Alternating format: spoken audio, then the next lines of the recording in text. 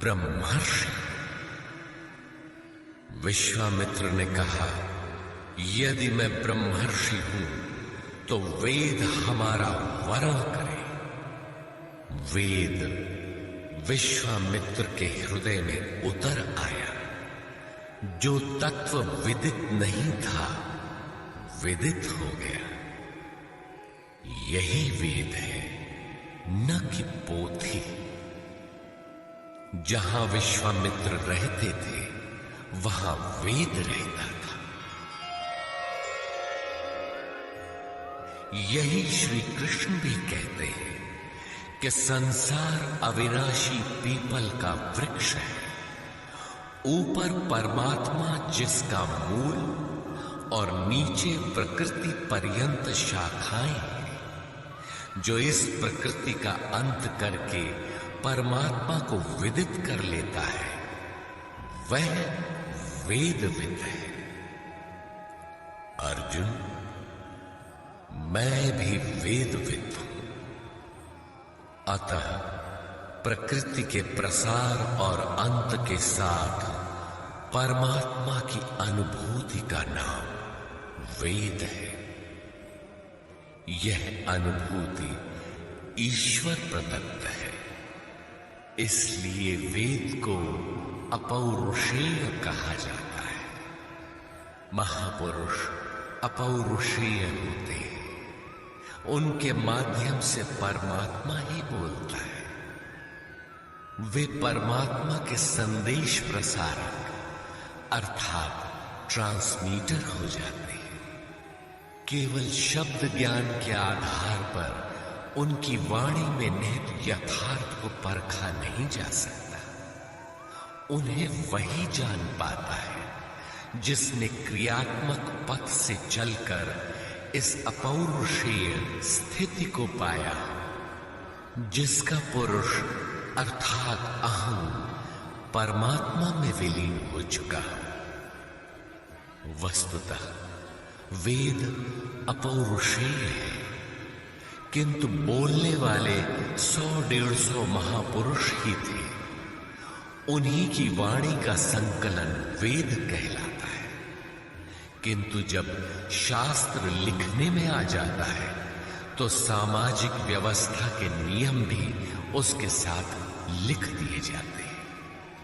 महापुरुष के नाम पर जनता उनका भी पालन करने लगती है। यद्यपि धर्म से उनका दूर का भी संबंध नहीं रहता। आधुनिक युग में मंत्रियों के आगे पीछे घूमकर साधारण नेता भी अधिकारियों से अपना काम करा लेते हैं, जबकि मंत्री ऐसे नेताओं को जानते भी नहीं। इसी प्रकार सामाजिक व्यवस्थाकार महापुरुष की ओट में जीने खाने की व्यवस्था भी ग्रंथों में लिपिबद्ध कर देते हैं। उनका सामाजिक उपयोग तत्सामयिक ही होता है। वेदों के संबंध में भी यही है। वेद के 2 भाग हैं, कर्म कांड और ज्ञान कांड। कर्म कांड समाज शास्त्र है, जैसे वास्तुशास्त्र, आयुर्वेद, धनुर्वेद, गंधर्व वेद इत्यादि। ज्ञान कांड उपनिषद है। उनका भी मूल योगेश्वर श्री कृष्ण की प्रथम वाणी गीता है।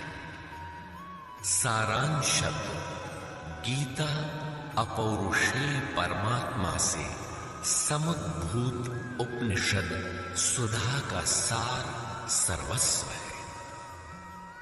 इसी प्रकार प्रत्येक महापुरुष जो परम तत्व को प्राप्त कर लेता है स्वयं में धर्म ग्रंथ है। उसकी वाणी का संकलन विश्व में कहीं भी हो शास्त्र कहलाता है। किंतु कतिपय धर्मावलंबियों का यह कथन है कि जितना कुरान में लिखा है उतना ही सच है। अब कुरान नहीं उतरेगा। ईसा मसीह पर विश्वास किए बिना स्वर्ग नहीं मिल सकता। वह ईश्वर का इकलौता बेटा था। अब ऐसा महापुरुष नहीं हो सकता। उनकी रूढ़िवादिता है। यदि उसी तत्व को साक्षात कर लिया जाए तो वही बात फिर होगी। गीता सार्वभौम है। धर्म के नाम पर प्रचलित विश्व के समस्त धर्म ग्रंथों में गीता का स्थान अद्वितीय है। यह स्वयं में धर्मशास्त्र ही नहीं बल्कि अन्य धर्म ग्रंथों में निहित सत्य का मानदंड भी है। गीता वह कसौटी है जिस पर प्रत्येक धर्म ग्रंथ में अनुस्यूत सत्य अनावृत हो उठता है। परस्पर विरोधी कथनों का समाधान निकल आता है। प्रत्येक धर्म ग्रंथ में संसार में जीने खाने की कला और कर्म कांडों का बाहुल्य है। जीवन को आकर्षक बनाने के लिए उन्हें करने तथा न करने के रोचक भयानक वर्णनों से धर्म ग्रंथ भरे पड़े हैं। कर्म कांडों की इसी परंपरा को जनता धर्म समझने लगती है। जीवन निर्वाह की कला के लिए निर्मित पूजा पद्धतियों में देश काल और परिस्थितियों के अनुसार परिवर्तन स्वाभाविक है। धर्म के नाम पर समाज में कलह का यही एकमात्र कारण है। गीता इन क्षणिक व्यवस्थाओं से ऊपर उठकर आत्मिक पूर्णता में प्रतिष्ठित करने का क्रियात्मक अनुशीलन है, जिसका एक भी श्लोक भौतिक जीवन यापन के लिए नहीं है। इसका प्रत्येक श्लोक आपसे आंतरिक युद्ध आराधना की मांग करता है। तथाकथित धर्म ग्रंथों की भांति यह आपको स्वर्ग या नर्क के द्वंद्व में फंसाकर नहीं छोड़ता, बल्कि उस अमरत्व की उपलब्धि कराता है जिसके पीछे जन्म मृत्यु का बंधन नहीं रह जाता। प्रत्येक महापुरुष की अपनी शैली और कुछ अपने विशिष्ट शब्द होते हैं। योगेश्वर श्री कृष्ण ने भी गीता में कर्म, यज्ञ, वर्ण संकर, युद्ध, क्षेत्र, ज्ञान इत्यादि शब्दों पर बार बार बल दिया है। इन शब्दों का अपना आशय है और पुनरावृत्ति में भी इनका अपना सौंदर्य है। हिंदी रूपांतरण में इन शब्दों को उसी आशय में लिया गया है तथा आवश्यक स्थलों की व्याख्या भी की गई है। गीता के आकर्षण निम्नलिखित प्रश्न है जिनका आशय आधुनिक समाज खो चुका है। वे इस प्रकार हैं जिन्हें यथार्थ गीता में आप पाएंगे। श्री कृष्ण एक योगेश्वर थे। सत्य, आत्मा ही सत्य है। सनातन, आत्मा सनातन है, परमात्मा सनातन है। सनातन धर्म परमात्मा से मिलाने वाली क्रिया है। युद्ध दैवी एवं आसुरी संपदाओं का संघर्ष युद्ध है। ये अंतःकरण की दो प्रवृत्तियां हैं। इन दोनों का मिटना परिणाम है। युद्ध स्थान यह मानव शरीर और मन सहित इंद्रियों का समूह युद्ध स्थल है। ज्ञान परमात्मा की प्रत्यक्ष जानकारी ज्ञान है। योग संसार के संयोग वियोग से रहित अव्यक्त ब्रह्म के मिलन का नाम योग है। ज्ञान योग आराधना ही कर्म है। अपने पर निर्भर होकर कर्म में प्रवृत्त होना ज्ञान योग है।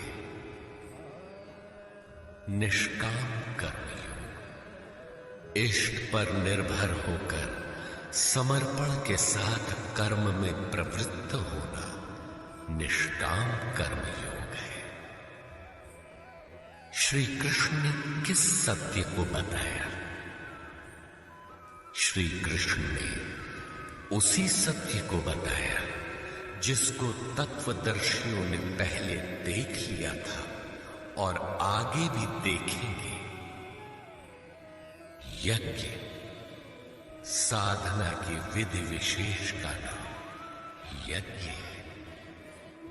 कर्म यज्ञ को कार्य रूप देना ही कर्म है। वर्ण आराधना की एक ही विधि जिसका नाम कर्म है, जिसको 4 श्रेणियों में बांटा है, वही 4 वर्ण है। ये एक ही साधक का ऊंचा नीचा स्तर है, न कि जाति। वर्ण संकर परमात्म पथ से च्युत होना, साधन में भ्रम उत्पन्न हो जाना वर्ण संकर है। मनुष्य की श्रेणी अंतःकरण के स्वभाव के अनुसार मनुष्य 2 प्रकार का होता है। एक देवताओं जैसा, दूसरा असुरों जैसा। यही मनुष्य की 2 जातियां हैं जो स्वभाव द्वारा निर्धारित है और यह स्वभाव घटता बढ़ता रहता है। देवता हृदय देश में परम देव परमात्मा का देवत्व अर्जित कराने वाले गुणों का समूह है। वाह्य देवताओं की पूजा कामनाओं से जिनकी बुद्धि आक्रांत है, ऐसे अविवेकी और मूढ़ बुद्धि की